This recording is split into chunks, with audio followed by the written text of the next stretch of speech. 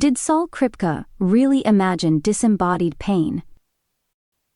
Much has been said about the use of the imagination in philosophy. You find imaginative thought experiments all over the place. Philosophical Zombies and Mary the Color Scientist are good examples. It dates back to Descartes. However, the use of the imagination was reprised by Saul Kripke and others in the early 1970s. Nowadays, philosophers like David Chalmers and Philip Goff extensively rely on what they call conceivability. Conceiving and imagining are distinguished from each other by some philosophers.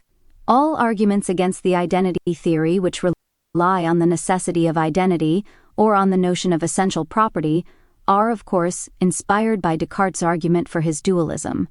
Saul Kripke, Note 19 of Identity and Necessity. The American philosopher Saul Kripke worked on his, to use his own words, Cartesian intuitions when he tackled the mind-body problem. Many of those intuitions were about what is, and what is not, logically possible. Kripke is a very relevant philosopher to bring into any debate about the use of the imagination, or, as it's often classed today, conceivability, within philosophy. That's because he seems to have held two contrasting arguments. One argument is used to advance his position on the acceptable use of the imagination in philosophy.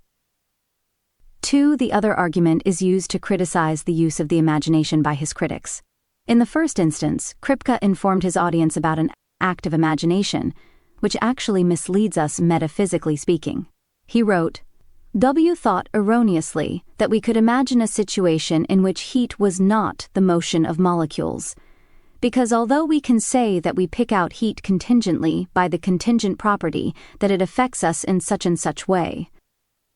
Kripke also offered us the examples of imagining that water is not H2O, as well as the case of a person conceiving of a true mathematical theorem to be false, or false theorem to be true. Kripke gave the example of Goldbach's conjecture.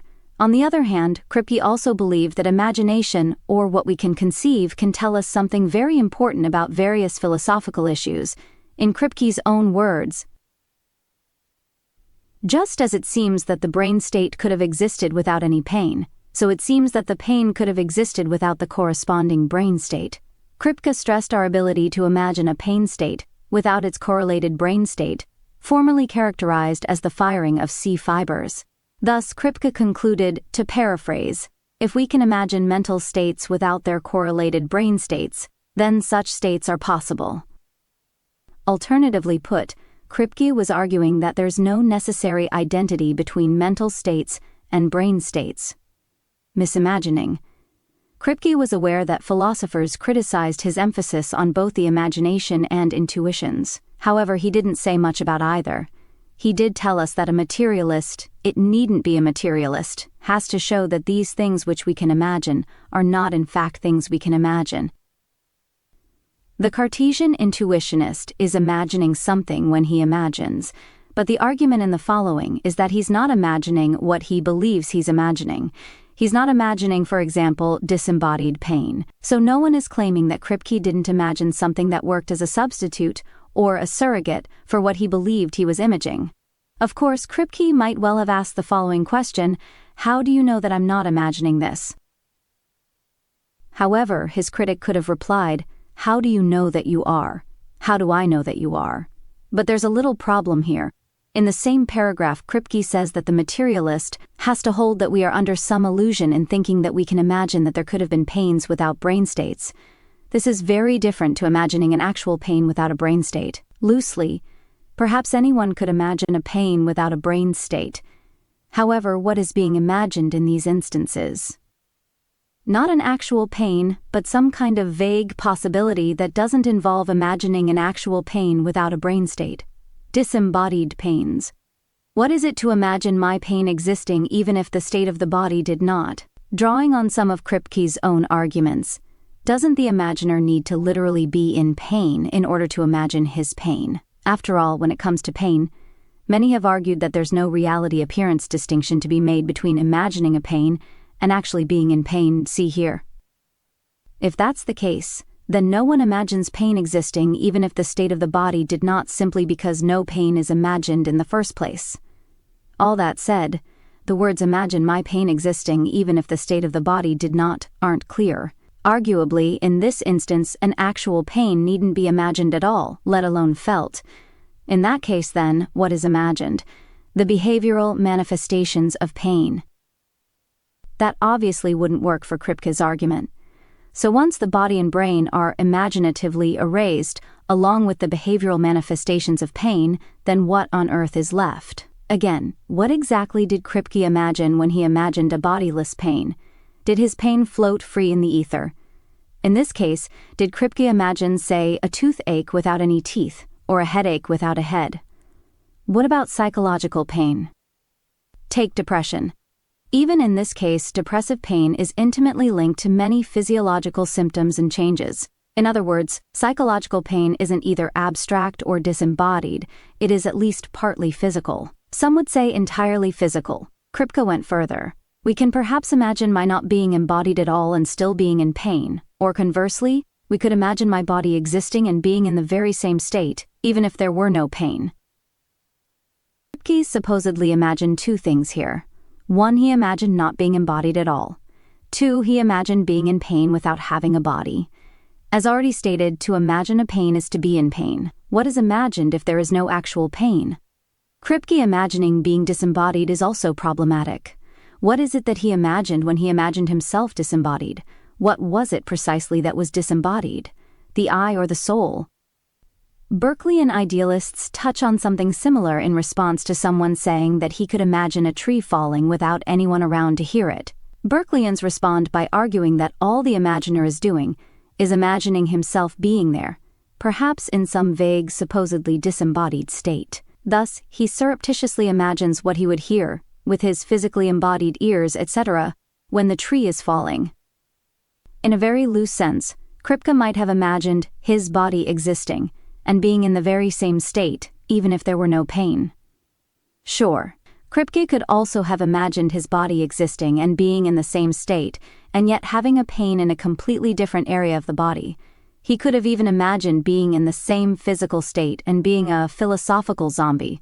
However, no actual pain was ever imagined. So what was imagined? The behavioral manifestations of being in pain. They would have been easy to imagine. Imagining different inventors of bifocals. Kripke's imaginative abilities are used across the board in his paper, Identity and Necessity. For example, Kripke, and everyone else, could have easily imagined someone else inventing bifocals other than Benjamin Franklin. Here all Kripke needed to do was to use his imagination. After all, I can imagine Hitler inventing bifocals. I can also imagine bifocals never having been invented at all. Imagination also comes to the rescue in Kripke's case against the American philosopher David Lewis. Kripke told us that Lewis imagined Richard Nixon himself inventing bifocals or getting G. Harold Carswell through. Apparently Lewis believed that it was the actual Nixon who did these things at other possible worlds. However, Kripke argued that Lewis only imagined Nixon's counterparts, not our Nixon.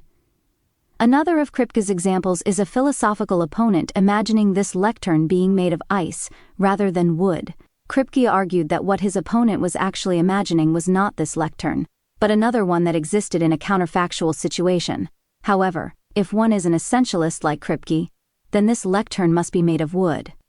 Regardless of the truth of that essentialist position, what was it that was being imagined when Kripke's opponent imagined this lectern being made of ice? Kripke argued that he didn't imagine this lectern being made of ice, but a lectern being made of ice. That is, a lectern that looked the same as the wooden lectern in all respects, except for being made of wood. Now to ram the point home, we see the same scenario played out when Kripke discussed Hesperus and phosphorus. Kripke told us that his philosophical opponents may mean that they can actually imagine circumstances that they would call circumstances in which Hesperus would not have been phosphorus. Thus, Kripke made the same point that no such thing was actually imagined. Indeed, Kripke was explicit about his own case against these imaginers. For example, he argued that his opponents thought erroneously that they could imagine a situation in which heat was not the motion of molecules. Kripke is stronger elsewhere when he used the word misimagined. That is, he argued that the imaginers believed that they'd imagined scenario X, but they didn't. They actually imagined some surrogate or counterpart of X. Yet, ironically, the same kinds of thing can be said about Kripke's own use of his imagination when he claimed to have imagined his own disembodied pain. Note: phantom pains. It's worth stressing the case of phantom pains, which belong to phantom parts of the body. Here. In this case, the sufferer isn't consciously imagining pain as part of a Cartesian thought experiment. Instead, he's actually feeling pain regardless of his conscious acts or will. How could we know that? What's more, even phantom pains require brain states, and phantom pains are actual pains, although this is hard to establish. Oddly enough, Descartes himself mentioned phantom limb pain, see here. He argued that because the mind is connected to the body at the pineal gland, then it's possible that the pineal gland might be affected by stimuli which didn't correlate with any actual parts of the body. Yet even in this case of a phantom pain that was part of the substance that is the mind, it was still connected to the body via a part of the brain.